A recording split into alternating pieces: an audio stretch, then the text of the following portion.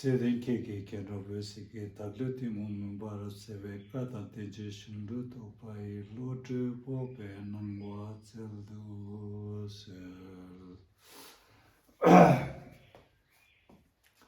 क्लासमा आउनुभएका सबैजनालाई स्वागत छ वेलकम टु माई क्लास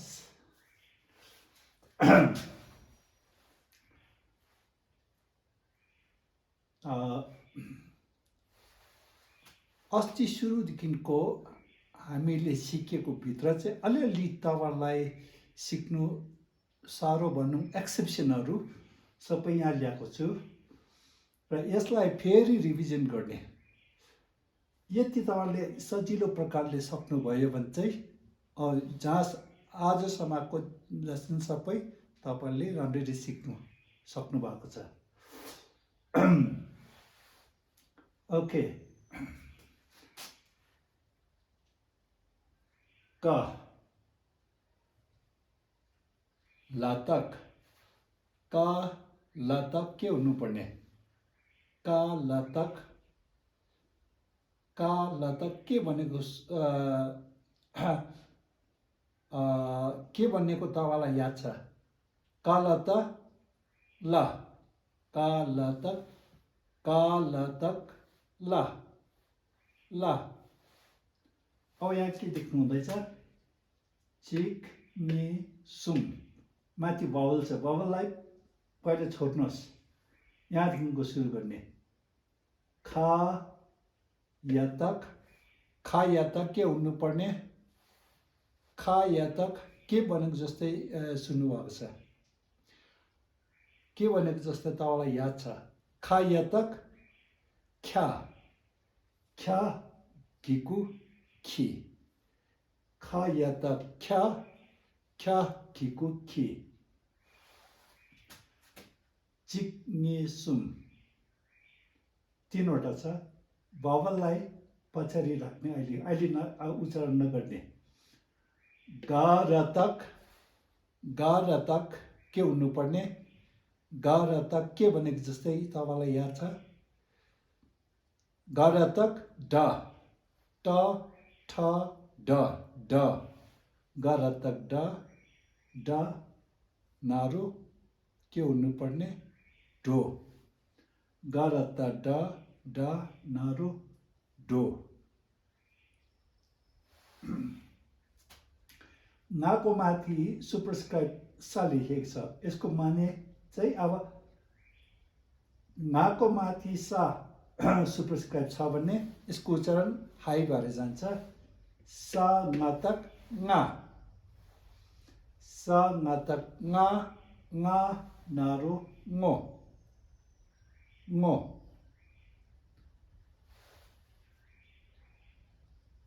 ताको माथि ला लेखेको छ भने उच्चारणमा केही भिन्नता आउँदैन ला तातक ता ला तातक ता माने हेर्नु देख्नु होइन हेर्नु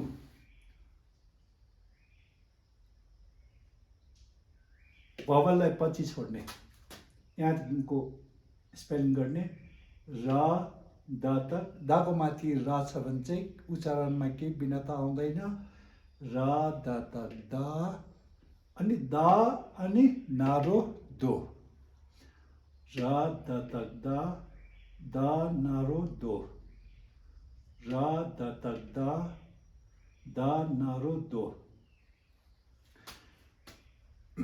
नाको माथि सुपरस्क्राइब रा लेखिएको छ मतलब पहिलाको रुल तपाईँलाई यादै छ होला उच्चारण चाहिँ हाई भएर जान्छ र नातक ना र नातक ना नारो नो र नातक ना नारो नो पा यातक के हुनुपर्ने पा यातक चा पा यातक चा खिकु ची पा यतक च खिकु ची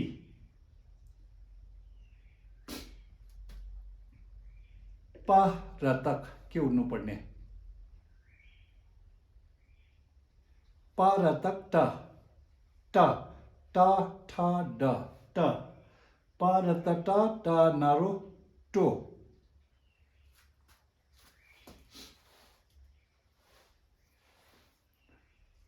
यदि तपाईँ आज मेरो क्लासमा प्रथमपल्ट आउनुभएको छ भने यहाँदेखिको सिक्नुभन्दा पहिला क्लास लेसन नम्बर 1 देखिको सिक्नुहोस् एकदमै सजिलो छ अब कसरी युट्युब खोल्ने भन्दाखेरि learn Tibetan by gain Dawa click गर्नुभयो क्लिक गर्नुभयो भने चाहिँ यो गोलोमा एउटा फोटो भएकोलाई चाहिँ क्लिक गर्ने क्लिक गरिसक्यो भने चाहिँ 4-5 वटा भिडियो आउँछ त्योभन्दा बेसी आउँदैन त्यसलाई चाहिँ तपाईँको मोबाइलको स्क्रिनमा चाहिँ राइट टु लेफ्ट यसरी ठेल्नुहोस् अनि लस्करै आउँछ सबभन्दा पहिलो चाहिँ लास्टमा छ lesson number 1 lesson number 2 lesson number 3 भनेर त्यसरी स्तर वाइज आउँछ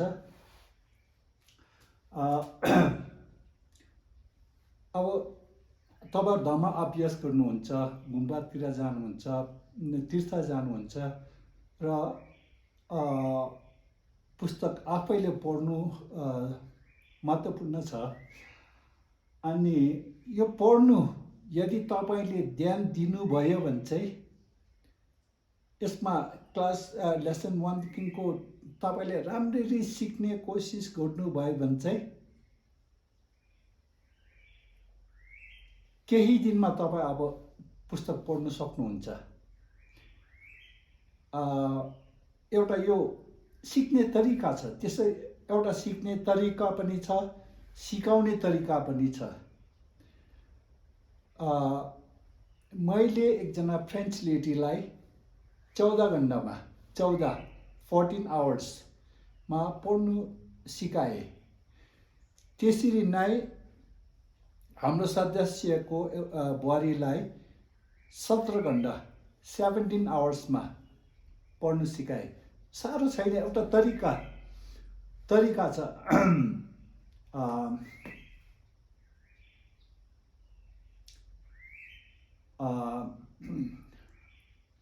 अब के उदाहरण दिउँ ओके एउटा दाउरालाई चिर्नु पर्ने छ अरे चिर्ने तरिका जाने भने छिटै चिर्नु सक्छ तरिका जानेन भने दिनभरि यसलाई पल्टाउँदा चिर्ने कोसिस गरे तापनि चिर्नु साह्रो पर्छ र तरिका छ तपाईँहरूले ध्यान दिएको चाहिँ हुनै पर्छ र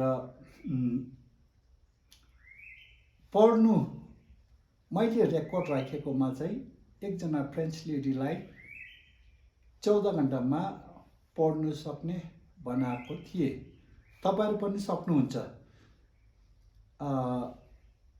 अझै अहिले सजिलो भनौँ न त्यो एउटा लेसनलाई 10 पल्ट खोलेर हेर्दा पनि हुने अब टिचरलाई यही कुरा 10 चोटि सोध्नु अलिकति तपाईँलाई अप्ठ्यारो लाग्छ होला र अहिले मोबाइल थ्रु युट्युबमा सिक्नु एकदमै सजिलो र अब भाषा सिक्नु कि त केही काम गर्नुको लागि चाहिँ बुद्ध धर्ममा अब धर्म अभ्यास गर्ने हो भने बुद्ध धर्ममा प्रज्ञा पारमिता अङ्ग्रेजीमा द सिक्स पर्फेक्सन माने धर्म अभ्यास गर्नुको लागि हुनै पर्ने 6 वटा प्रज्ञा पारमिता ज्ञान धैर्य त्यसरी नै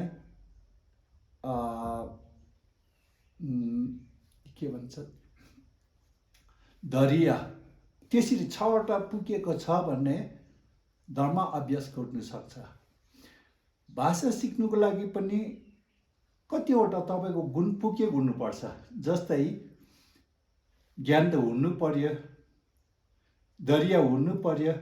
एक दिनमा सिकेन, एक हप्तामा सिकेन भनेर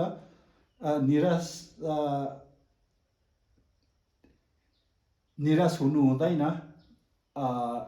दरिया मेहनत पनि हुनु पर्यो। ध्यान दिएर के भन्छ त्यसलाई फेरि रिभिजन गरेर आफैले पनि लेखेर आफैले पनि सँगसँगै बढ्ने कोसिस गरेर रुचि ज्ञान त्यो सबै तपाईँको गुण पुगेको छ भने जुनै काम पनि तपाईँ जुनै काम गर्नु भए तापनि तपाईँ सफल हुन सक्नुहुन्छ। र त्यसरी नै एकदमै बिस्तारै सिकाइरहेको छु। यदि तपाईँ पुस्तक पढ्दाखेरि मतलब बुझ्नु चाहन्छु भन्ने भित्रैदेखिको छ भने यो सिक्नु साह्रो छैन। जस्तै मैले भनेको एकजनाले चाहिँ 14 घन्टामा पढ्नु सिक्यो। सिक्ने तरिका पनि छ, सिकाउने तरिका पनि छ। त्यसरी सक्नुहुन्छ। त्यो रुचि हुनुपर्छ। ज्ञान त सबैजनाको छ, दरिया छ कि छैन। दरिया मेहनत त्यो सबै हुनु पर्यो। ओके, सो छिटै पढ्नु सक्नुहुन्छ। अहिले चाहिँ छिटो तपाईँले त्यति राम्रो नजानिकन नयाँ नथपेको अलिकति राम्रो देखिरहेछु। पहिला जति नै सिकाएको छ त्यो चाहिँ राम्ररी सिकिसक्यो भने चाहिँ नयाँ सिकाउने छु। अनि या त के हुनुपर्ने, के भनेको जस्तै सुन्नुभयो, के भनेको जस्तो लाग्दैछ, के भनेको तपाईँलाई याद छ? या त छ, या त छ, छ शब्द छु। या त छ, छ शब्द छु। र त के हुनुपर्ने? र तक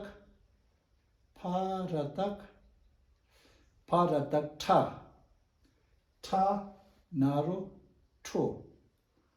र त ठ, नारो ठो। ला तक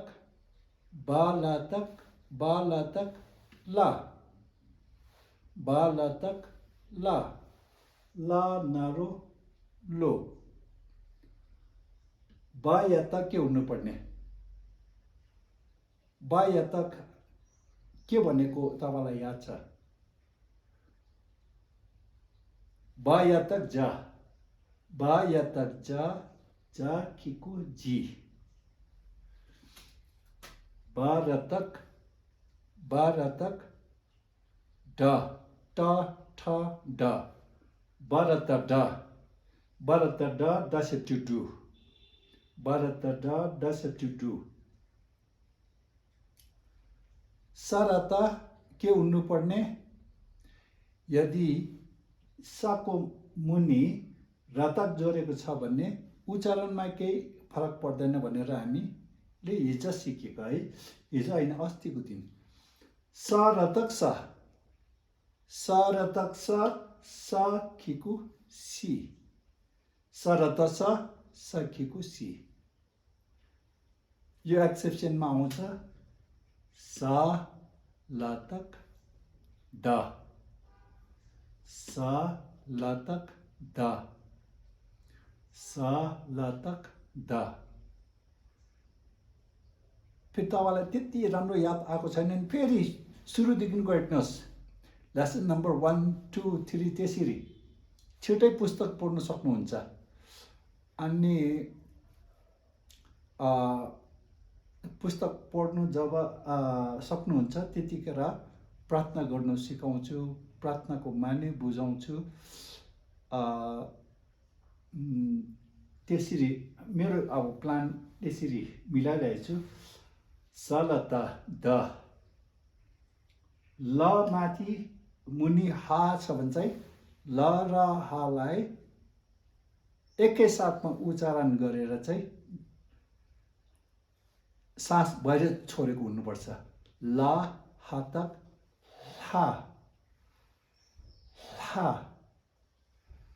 हा हा ल हातक हाको अर्थ चाहिँ देवता लामोको अर्थ चाहिँ देवी ल हातक हा अब यो कम्प्लिकेटेड देख्नु हुँदैछ होइन चिक नि सुम सी चारभन्दा बेसी आउँदैन सबभन्दा भर्टिकल्ली साह्रो भनेको चाहिँ यहाँसम्मै हो र गाको माथि रा जोडेको छ भने यसले उच्चारणमा केही भिन्नता ल्याउँदैन र गत ग ग या त के हुनुपर्ने ग या त ग्य ग्य सेप्चु ग्यु ग्यु माने कारण चिक नि सुम सी चारवटा छ चारभन्दा बेसी आउँदैन सबभन्दा साह्रो भनेको भर्टिकली चाहिँ यति नै हो र गाको माथि यति सा छ भने उच्चारणमा केही भिन्नता आउँदैन सा गत ग ग यत ग रत ड ड सा गत ग ग रत ड ड सप्चु डु सा गत ग ग रत ड ड सप्चु डु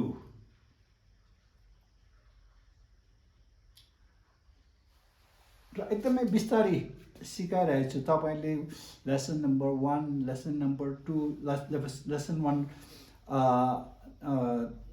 पढ्दाखेरि लेख्दै पनि गर्नुहोस् सुन्दै पनि गर्नुहोस् मैले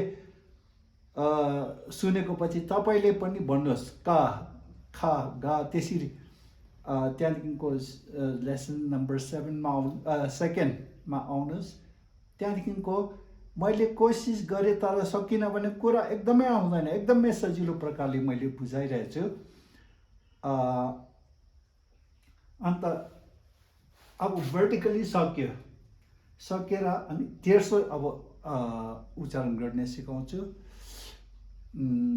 तर अहिले यसमा त्यति बानी बसेको छैन होला त्यसले गर्दा त्यसलाई रिभिजन गर्दैछु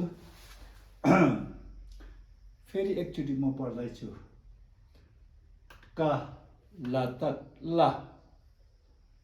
खा या त ख्या ख्या खिकु खि कुकुर खि ग र त ड ड नारो डो स न त ङ ङ नारो ngो ला ता तक ता